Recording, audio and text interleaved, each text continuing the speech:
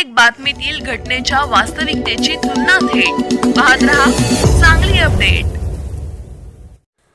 मिरज तालुक्यातील चाबुस्करवाडी येथील 9 कोटी 65 लाखांच्या विविध विकास कामांचा भव्य शुभारंभ व लोकार्पण सोहळा संपन्न झाला। यावेळी सांगली जिल्ह्याचे पालकमंत्री सुरेश भाऊ खाडे यांची प्रमुख उपस्थिती होती। यावेळी ग्रामस्थांनी व महिलांनी मोठी उपस्थिती दर्शवली होती।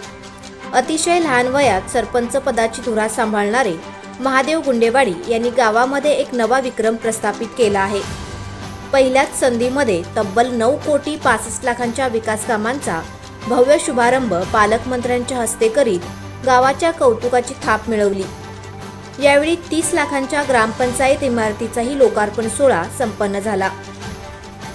सलगरे ते आरळीहट्टी रस्ता 1 कोटी 90 लाख, सलगरे ते शिरूर रस्ता 2 कोटी 70 लाख, एसटी स्टँड ते शिरूर रस्ता 2 कोटी, जिल्हा परिषद शाळा 1 कोटी 39 लाख यासह अन्य कामांचे शुभारंभ करण्यात आले। यावेळी ग्रामस्थांनी मोठ्या संख्येने हजेरी लावली होती। यावेळी बोलताना पालकमंत्री सुरेश भाऊ खाडे म्हणाले की महादेव गुंडेवाडी हे नेहमी कामांची मागणी पत्रे घेऊन कार्यालयाला येतात। इतक्या लहान वयात अतिशय चांगल्या पद्धतीने अभ्यासपूर्ण या सगळ्या गोष्टी घडत आहेत, याचा आनंद वाटत असल्याचे प्रतिपादन त्यांनी यावेळी केले।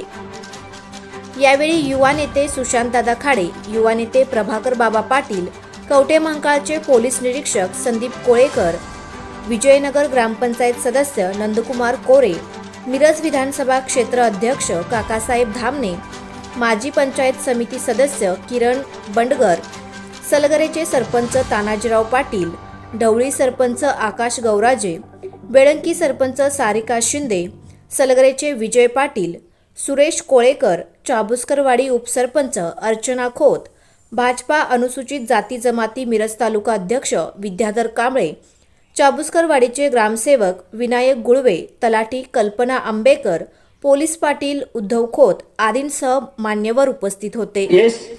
यश प्राप्त होण्यासाठी मी पहिल्यांदा राजकारणात हा नवीन माणूस, पण मला काही या राजकारणातलं माहित नव्हतं, पण मी तसे तानाजी पाटलांच्या ऑपोजिट निवडून आलो होतो।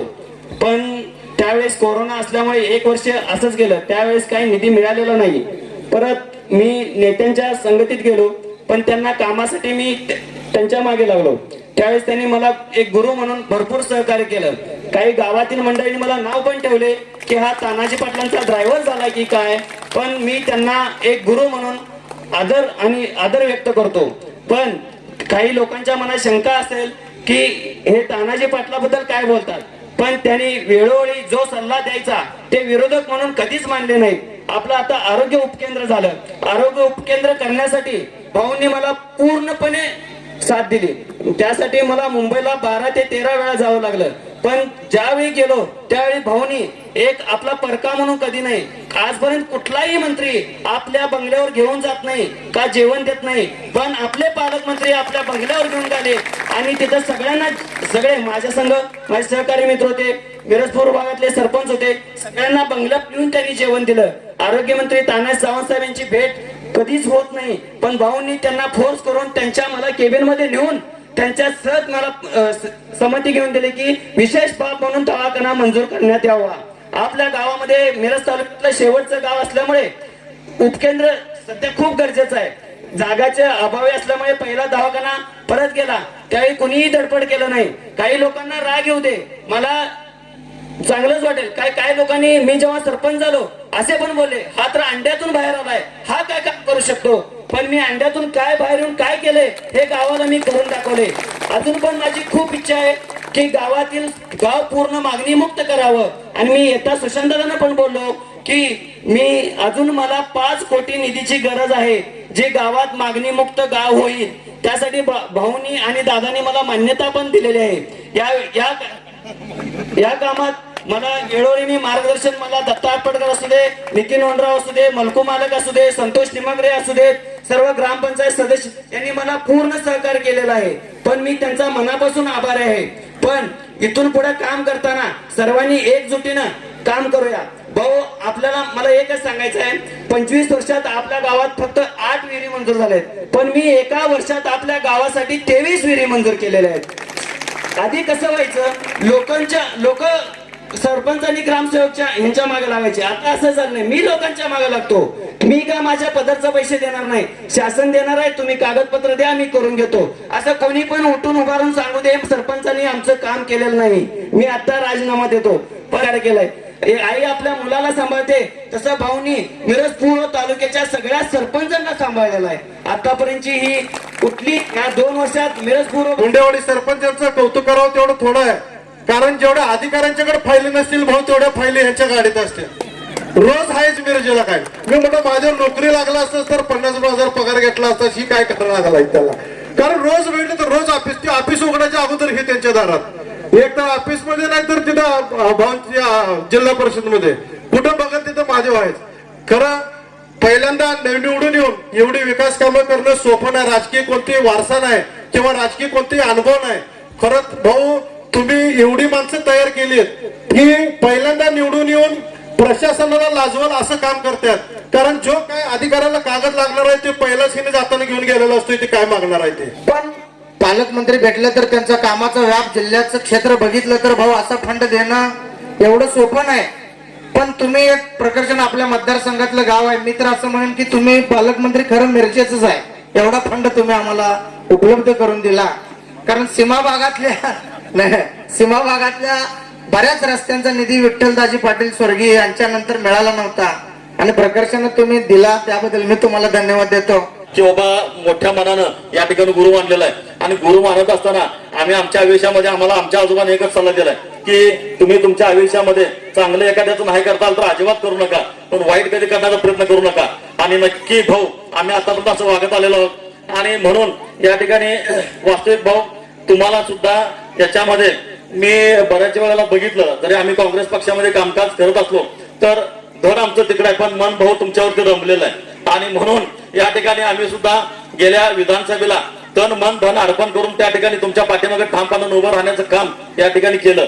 आज विकासाच्या माध्यमातून मी महादेवला सांगेन, महादेव तुला आतापर्यंत दिलेले पैसे हे 9,65,00,000 तर आता दिले मी मंत्री झाल्यानंतर, बरोबर आहे.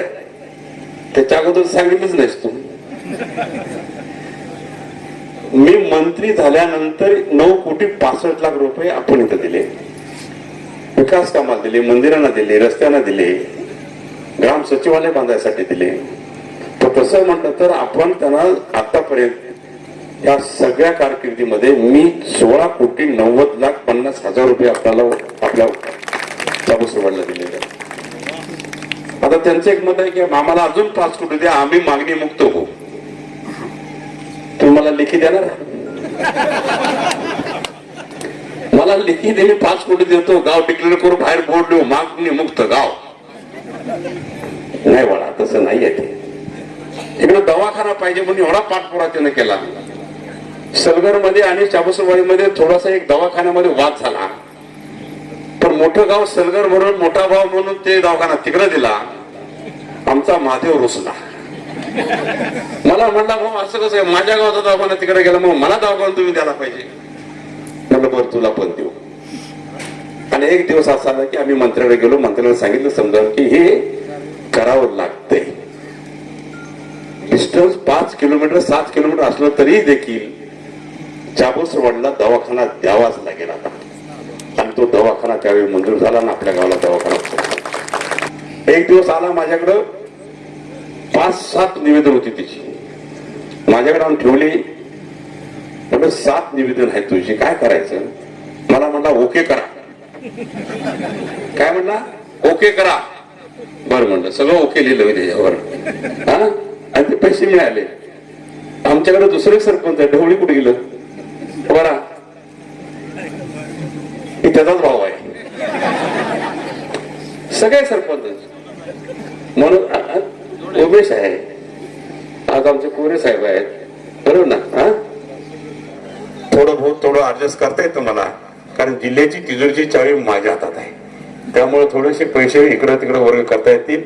निश्चितच चाबूसवाडी निश्चित आपली इच्छा असेल तर मागणी मुक्त त्या दरवाजापर्यंत न्यायचा मी निश्चित माझा प्रयत्न असेल आणि ते मी करायचा निश्चित प्रयत्न करेल. या दृष्टिकोनातून आपण सर्वांनी प्रयत्न करायचा.